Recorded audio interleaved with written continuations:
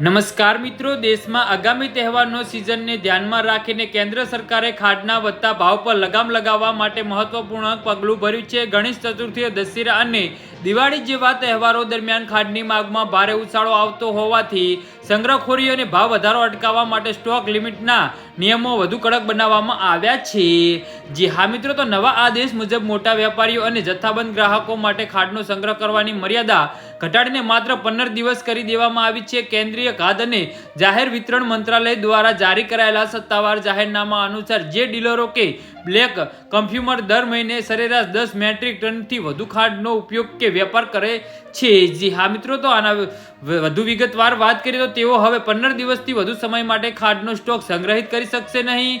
આ નવો નિયમ 1 સપ્ટેમ્બરમાંથી અમલમાં આવશે અને 30 નવેમ્બર સુધી લાગુ રહેશે. અગાઉ આ સ્ટોક હોલ્ડિંગ મર્યાદા 30 દિવસની નિર્ધારિત કરવામાં આવી હતી અને આ કડક નિયમોના દાયમાં મીઠાઈના વિક્રેતાઓના એકમોનો સમાવેશ કરવામાં આવ્યો છે.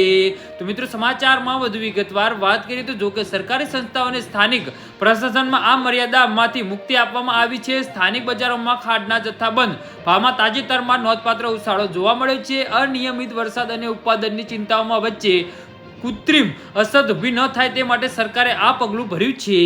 જી હા મિત્રો, તો આના વિશે તમારું શું કહેવું છે તો નીચે અમારી કમેન્ટ બોક્સમાં જરૂરથી જણાવજો અને અમારી યુટ્યુબ ચેનલને સબસ્ક્રાઇબ કરવાની ભૂલતા નહીં. ધન્યવાદ.